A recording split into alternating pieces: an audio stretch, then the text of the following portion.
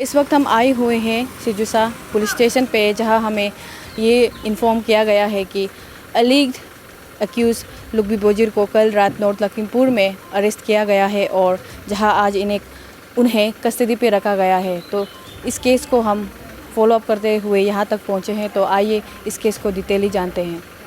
Good afternoon all. Kindly आप लोग थोड़ा मास्क पहनिए। मैं तो बोलते समय मास्क थोड़ा उतारना पड़ेगा मुझे। और सबसे पहले तो ये जो मीडिया पेटर्निटीज़ है, सबको thank you very much. Pakke Kessang district police की तरफ से कहना चाहता हूँ, क्योंकि जो भी इस केस के सिलसिला या जो भी यहाँ में समाज में चल रहा है, आप लोग सब पब्लिक का सा रूबरू रखते हैं और लाइव दिखाते हैं। तो आज ये press briefing Seijosa PS case number 4 2021 का बारे में है। Now we are at the Seijosa police station and in Pakke Kessang district, and he is officer in charge of Sijusa police station, Inspector Padi Payang, as well as he is IO of the case number 4, I mean to say. And the case goes like this.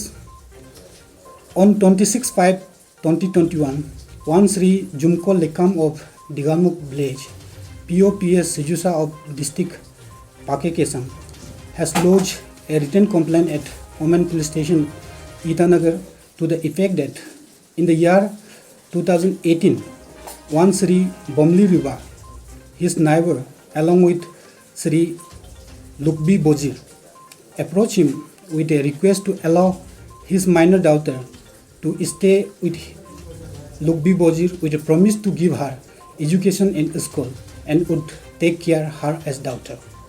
Accordingly, he has allowed Sri Lukbi Bojir to take his daughter with him.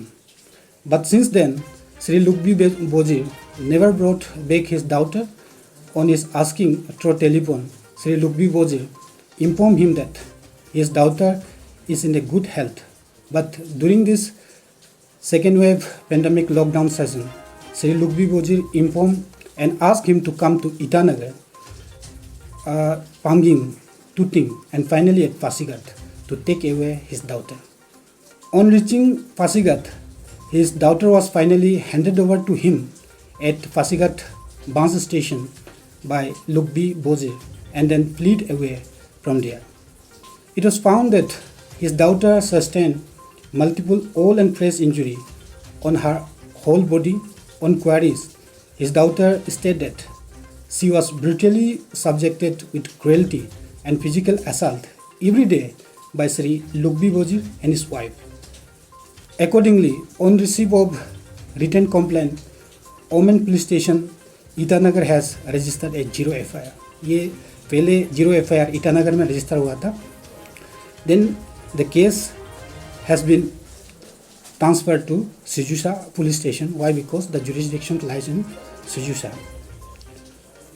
Hence, on the receipt of 0 FIR from Oman police station Itanagar, OC police station Sijusa has registered a case with Sijusa PS case number 04/2021 under section 363, 326, 34 IPC, read with section 75 Juvenile Justice Act and section 14 Bonded Labor Act on 28/5/2021 and take up the investigation.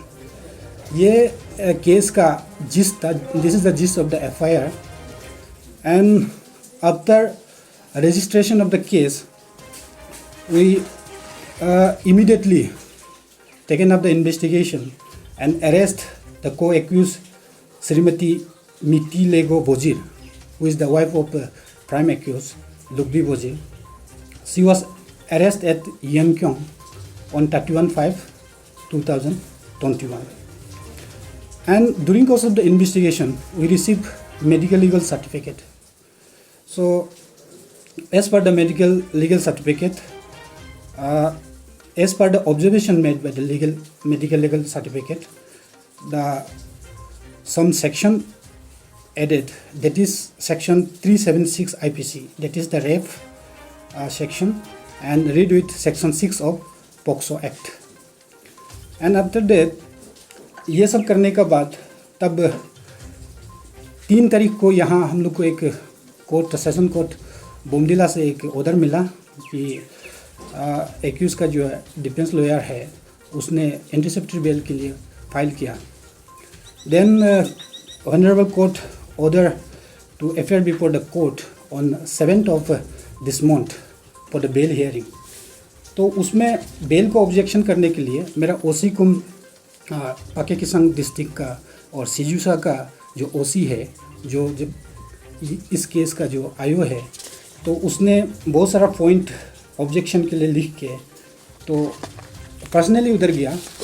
Inspector पाटी पायंग साहब personally जाके उधर में court, honourable court का सामने उसको explain किया किस वजह से इसको इंटरसेप्टर बेल नहीं देना चाहिए. तो ऑनरेबल कोर्ट ने मेरा आयो ने जो प्रे किया है उसको कंसिडर करते हुए ही kept reserve the bail hearing for the 7 days and the next date was fix on 14th of this month. तो 14 तारीख को फिर फिक्स हुआ था. तो उसमें कुछ वेरिफिकेशन होना था, कुछ फेक फाइंडिंग होना था, उसको हम लोग जितना हो सके बागडोर करके और रातों रात कर लिया. तो करके फिर आयोग गया उधर, पर्सनली गया, जाके उसमें फिर बेल को ऑब्जेक्शन किया. तो finally interceptor bail has been cancel. तो इंटरसेप्टर बेल कैंसिल होने के बाद तब हम लोग ने बहुत सारा प्रेशर टैक्टिक्स अप्लाई किया, क्योंकि एक्यूज़ कुछ दिन के लिए हम लोग अंदाज़ा लगा लिया था वो तो जंगल में होगा. तो जंगल में होने से तो मॉडर्न गैजेट्स वगैरह यूज़ नहीं होता है. तो इसलिए हम लोग बहुत सारा प्रेशर टैक्टिक्स अप्लाई किया और उसका भी कानूनी तौर पे जो दाव पे जो करना था उसने कर लिया. इसके बाद कहीं चारा नहीं रहा. तब वो प्रेशर टैक्टर को सकम होके उसने ये किया कि हम सरेंडर करेगा. तो हम लोग होगा ठीक है, सरेंडर करो या कुछ भी करो, लेकिन कस्टडी में आ जाओ, क्योंकि केस को पहले इन्वेस्टिगेशन करना है. तो उसने कल ये Pasighat road near Padomini North Lakhimpur Assam, उस जगह में सरेंडर किया और मेरा इन्वेस्टिगेशन टीम उधर जाके उसको अरेस्ट कर लिया. तो अब तक का केस डेवलपमेंट इतना है. और हम लोग 7 दिन का पुलिस रिमांड लिया है और 7 days का पुलिस रिमांड आज से शुरू होता है. और 7 दिन में हम लोग जो भी इंटरोगेशन करना है और जो उसको जॉइंट इंटरोगेशन करके हम लोग उसमें जो भी सबूत मिलता है तो उसी के दौरान जल्द से जल्द हम लोग चार्जशीट फाइल करेंगे. अब विक्टिम जो है पहले तो जैसे ही उधर से आया तो उसमें ट्रिम्स में हॉस्पिटलाइज था. तो ट्रिम्स से तो बायोलॉजिकली थोड़ा सा रिकवर हुआ है, लेकिन अभी तक मेंटल ट्रॉमा में है. अभी उसका सेशन क्लास जो चलता है कि साइकोलॉजिकल, और जो मिट्टू में अपना साइकेट्रिस्ट है ना, तो उसमें चल रहा है. तो फुल्ली स्टेबल नहीं है, अभी थोड़ा समय लगेगा. हाँ ना, अभी जैसा मैंने बताया है, अभी जो विक्टिम जो है ना, विक्टिम तो एक्यूज़ को क्या, वो उसका पिताजी को देखने से रिएक्ट करता है. तो उसको थोड़ा मेंटली उसको स्टेबल होने के लिए थोड़ा समय लगेगा. तो उसको अभी बहुत सारा चीज़ जो है जो विक्टिम और उसका परिवार वाला से हम लोग बहुत सारा चीज़ को मालूम हो गया. अभी उसका कोई एक्यूज़ को तो हम लोग अरेस्ट करके यहाँ 5 दिन रखा ही है. तो उसमें से भी बहुत सारा इनपुट है और इसको भी इंट्रोगेशन करने से बहुत सारा मिल जाएगा. तो ऐसा करके साइकोलॉजिस्ट को थोड़ा पूछ के कि इसको अभी एक्यूज़ का सामने ले जाके उसको दिखाना ठीक रहेगा क्या, अकॉर्डिंगली ऐसा करना पड़ेगा. ये केस थोड़ा सा बहुत नॉट ओनली सेंसिटिव, ये बाकी चीज़ के लिए बोल के नहीं है, ये जो साइकोलॉजिकल पॉइंट ऑफ व्यू में भी सेंसिटिव है. इसका जान का खतरा हो सकता है विक्टिम का. नहीं को एक्यूज़ ना, तो को एक्यूज़ तो ऐसा है, को एक्यूज़ को हम लोग 5 days कस्टडी में लेके उसको सेशन कोर्ट में प्रोडक्शन कर दिया था उधर में बोमडिला में. तो बोमडिला से उन लोग बेल ले लिया को एक्यूज़ श्रीमती मिटी लेगो बोजे. तो मैंने मेडिकल ग्राउंड में काफ़ी वो वीक हो गया था, तो मेडिकल ग्राउंड में ये कोर्ट ने उसको बेल दे दिया। अभी एक्यूज हम लोग के पास है। नहीं, ये जो पोक्सो रिलेटेड जो केस होता है, every POCSO case is the special case. Okay, ये जैसा कि पहले तो क्या होता है कि 354 में मोलेस्टेशन होता था, 376 रेप होता था, लेकिन साइकोलॉजिकल पॉइंट ऑफ व्यू जो बच्चा का जो साइकोलॉजी और जो मेच्योर लोग का जो साइकोलॉजी अलग अलग होता है ना, तो इसीलिए 2012 में पॉक्सो एक्ट लागू किया। तो every POCSO act is the special case. इसीलिए हम लोग क्या होता है कि कोर्ट में भी जाने से सेशन कोर्ट में नहीं जाके स्पेशल जज का उधर जाता है, और हम लोग को भी टाइमलाइन देता है, तो उसी टाइमलाइन का अनुसार हम लोग चार्जशीट जो है फाइल करना पड़ता है। तो अकॉर्डिंगली हम लोग करेगा, क्योंकि that is the supreme court order, तो हम लोग उसको करना ही पड़ेगा। उसमें दिक्कत वही था कि हम लोग को बेल जाने का वो प्लानिंग था, एंटिसिपेटेड बेल जाने का। उसमें हमने बहुत कोशिश करके उसको बेल को रुका दिया। तो बेल रुकाया, फिर प्लस हम जो उसका जो प्रेशराइज उसका जो पकड़ने के जो हम लोग एक्टिविटी को देखते हुए उसका बेल भी उसका कैंसिल होने के नाते एट लास्ट उसने सकम कर दिया कि वो सरेंडर करेगा उसके। तो एक ट्रू एक इसमें एक मीडिएटर भी है, ट्रू एडवोकेट का द्वारा वो सरेंडर हुआ। देखो ऐसा है, यहाँ एक्यूज लोग, ये अरुणाचल में काफ़ी जंगल है, आप लोग सब हम लोग अरुणाचल का है, मालूम है। आजकल क्या होता है कि मॉडर्न गैजेट्स वगैरह जो है, थोड़ा सा पढ़ा लिखा जो एक्यूज होता है तो वो लोग पता चल जाता है, तो मॉडर्न गैजेट जितना भी है उसको स्विच ऑफ वगैरह करके रख लेता है, तो जंगल चला जाता है। तो जंगल में कुछ दिन के लिए तो हम लोग सर्वाइव कर लेता है। तो इसलिए मैं बोलता हूँ ना, कानून का हाथ तो लंबा होता है, और ऐसा करके कभी ना कभी तो उसको तो आना ही है। तो हम लोग इन्वेस्टिगेशन में बहुत सारा टैक्टिक्स अप्लाई करता है, तो उस टैक्टिक्स में से और ये वाला टैक्टिक्स काम कर गया। तो ऐसा करके थोड़ा सा समय लगा है लगने में, क्योंकि आदमी अगर जंगल में है और जंगल आदमी नहीं जा सकता है, तो टाउन एरिया में अगर घूम रहा होता तो अलग बात था, तब हम तुरंत दबोच लेता। ये है, ये तो जितना भी हम अभी ये मेरा हम लोग का आयो जो है बहुत ही काबिल एक्सपीरियंस आयो है, और हम लोग हायर अथॉरिटी से भी ये पोक्सो एक्ट वगैरह का जब होता है तो उससे भी हम लोग सलाह लेते हैं। और जितना भी अभी साइंटिफिक तौर पे भी जो भी एविडेंस कलेक्ट करना है, तो उसको तो हम लोग अप टू डेट कलेक्ट कर रहा है, तो इसमें तो जस्टिस मिलेगा। अच्छा, आप लोग को सबसे पहले थैंक यू। वहाँ हम लोग को पता नहीं था ये लुगबी बोजिर जो है हम लोग का ये रिश्तेदार है। तो एक बहुत बड़ा एक वायरल वीडियो का कारण हम लोग चिंता था, फैमिली लोग, हम लोग को पता भी नहीं था वो कहाँ है। तो आज पता चला उसको अरेस्ट हुआ है। हम लोग जानने के लिए आया क्या कारण के लिए उसको अरेस्ट हुआ है, लेकिन पता चला कि वायरल में उसको ये मैं वीडियो में उसको रेपिस्ट वगैरह एक्यूज ये आपका कन्विक ही डिक्लेयर कर दिया उसको ना, आपका ये सोशल मीडिया वाला।